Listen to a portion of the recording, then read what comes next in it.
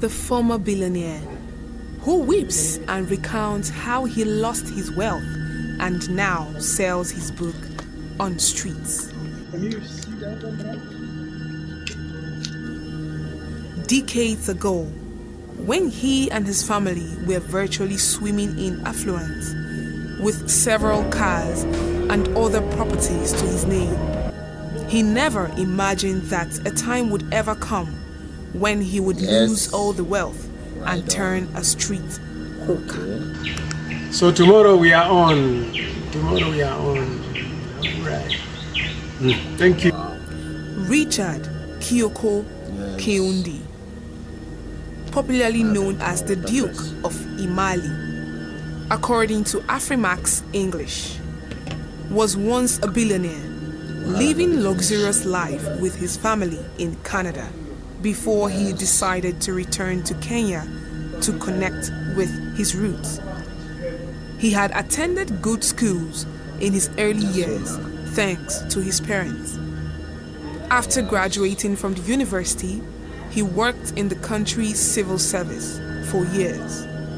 Interestingly, he visited Nairobi, Kenya's capital, one day, and while having a drink at a popular bar, he met a man who was an accountant like himself. During their interactions, he told the stranger that Nairobi was too expensive and that he wasn't interested in working there. That was a turning point for Kyoko Kiundi. The stranger asked how much would be enough to entice him to relocate to Nairobi to work, and he mentioned quadruple 4,500 shillings, his then salary. Surprisingly, without hesitation, the man asked him to come and see him in his office, and that was how he got a higher paying job at Toyota Kenya. Having worked for Toyota Kenya for years, he later joined Kenya Pipeline, ostensibly for better conditions.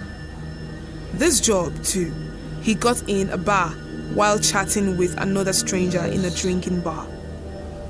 Kyoko Kiundi was living well until February 2013, when he felt a pain in his chest while walking in the streets of Nairobi. After several medical examinations, it came to light that he had a mild stroke. Realizing that he was not getting a permanent solution to his predicament in Kenya, he decided to fly to India for treatment. Unfortunately, his insurance companies refused to pay bills for the treatment because it was a chronic disease. He had to carry the financial burden alone, which drained him.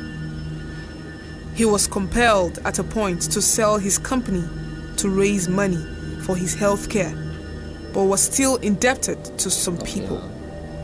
Failing to pay his debts, the creditors seized and auctioned his cars. Kyoko Kiundi's life continued on a downward spiral till he lost virtually all his wealth. Although he survived the stomach cancer, he is now a shadow of his former glory. However, he doesn't want to remain fallen. He has put all his life experiences together into a book he titled Through the Wilderness of Life, which he goes around selling in the streets to make ends meet. His only challenge is that the people who need his book to learn life lessons can't afford it. He has donated a lot of copies to schools, although it cost him a lot of money to print them.